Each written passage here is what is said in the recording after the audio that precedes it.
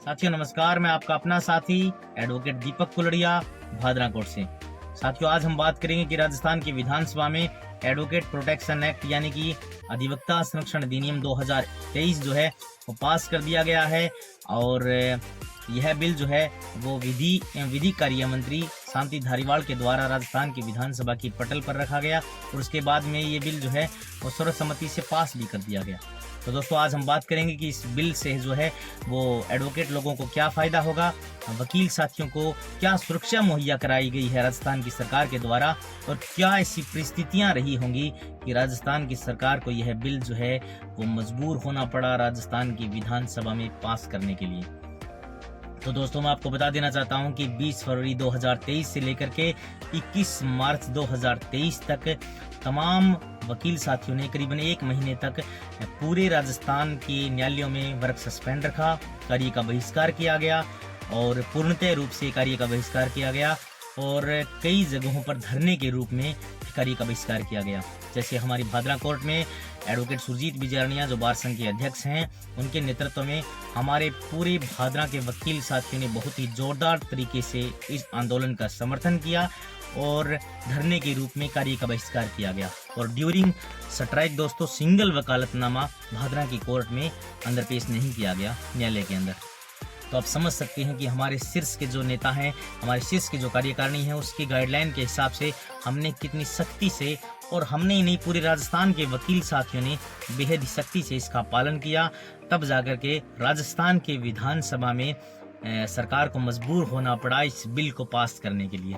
कि राजस्थान के विधानसभा का घेराव करने के लिए तमाम वकील साथियों ने और हमारे शीर्ष की जो कार्यकारिणी है, उन्होंने एक डेट निर्धारित की कि इस तारीख को हम राजस्थान की विधानसभा का घेराव करेंगे और उसके बाद में सरकार के 9 मंत्रियों की समझाइश के बाद यह आश्वासन दिया गया मंत्रियों के द्वारा कि आपका बिल जो है वो आगामी तारीख को हम राजस्थान की विधानसभा के समक्ष रखेंगे और इसे पास भी कर देंगे।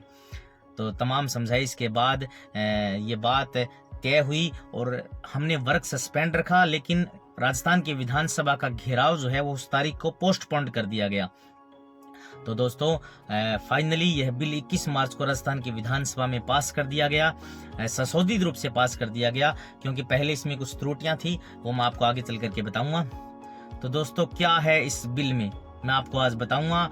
तो साथियों नंबर 1, अगर कोई भी व्यक्ति वकील के ऊपर हिंसा करेगा, उसको डराएगा, धमकाएगा, तो उसको 2 साल तक की सजा और 25,000 रुपए तक का जुर्माना है। और अगर कोई भी व्यक्ति वकील के ऊपर हमला करेगा तो उसको 7 साल तक की सजा और 50,000 रुपए तक का जुर्माना है। यानी कि ये दोनों अपराध जो हैं, डराना और हमला करना, ये दोनों अपराध कोग्निजिबल क्राइम और नॉन बेलेबल हैं, यानी कि संज्ञेय और गैर जमानतीय हैं, जो गंभीर प्रकृति के हैं और गैर जमानतीय हैं। तीसरा ये है कि अगर कोई भी व्यक्ति वकील की संपत्ति को नुकसान पहुंचाएगा तो उसकी क्षतिपूर्ति का भी प्रावधान इस कानून के अंदर है। दोस्तों पहले इस कानून के अंदर धारा 3 के अंदर कुछ त्रुटियां थी, तो उस त्रुटि को दूर करके संशोधित रूप से ये बिल पास किया गया है। पहले उसमें ये था कि कोर्ट परिसर के अंदर अगर ये घटनाएं होती हैं तब ये कानून लागू होगा, लेकिन अब इसको संशोधित करके अगर अधिवक्ता साथी अपने कार्य को लेकर के संबंधित न्यायालय से लेकर के अगर अपने घर पर भी जा रहा है या फिर कहीं भी हो, तो भी अपराध करने वाले पर यह मुकदमा दर्ज होगा। इस कानून में ऐसा प्रावधान है। और अगर कोई वकील इस कानून का दुरुपयोग करता है तो उसके ऊपर भी कार्रवाई का प्रावधान है, उसके ऊपर भी ये एक्ट काम करेगा। तो दोस्तों यह था इस बिल के अंदर। और कुछ साथियों ने ये चर्चाएं की कि इस बिल की कोई आवश्यकता नहीं है, क्योंकि तमाम जो कानून है वो संविधान में वकील कोई अलग से नहीं है, आईपीसी के अंदर है, या तमाम जो अलग कानून है ट्रीट करने के लिए उनके अंदर ये तमाम प्रोविजन है, तो वकील को अलग से कोई प्रोटेक्शन देने की जरूरत नहीं है। लेकिन दोस्तों मैं आपको बता देना चाहता हूँ कि कानून जो है वो समय, काल और परिस्थिति के हिसाब से बनते और बिगड़ते रहते हैं। यानी कि परिस्थिति और समय की मांग अगर ये है कि कानून ये लागू होना चाहिए तो लागू होता है। अगर समय और परिस्थिति की ये मांग है कि इस कानून की कोई आवश्यकता नहीं है तो वो कानून हटाया भी जा सकता है। यानी कि समय और काल के हिसाब से कानून बनते और बिगड़ते रहते हैं। तो मैं आपको बता देना चाहता हूँ कि सरकार को आखिर ये झुकना पड़ा, सरकार को वकीलों की बात माननी पड़ी कि वास्तव में वकील जो है वो न्यायालय का और सरकार का एक महत्वपूर्ण अंग है जो लोगों को न्याय दिलाने का काम करती है। अगर वकील सुरक्षित नहीं होगा तो लोगों को न्याय लेने में काफ़ी परेशानियों का सामना करना पड़ता है।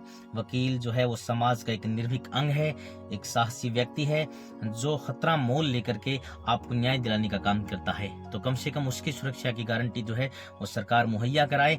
और फाइनली ये 21 मार्च को यह बिल जो है वो पास कर दिया गया। तो दोस्तों, थैंक यू, धन्यवाद।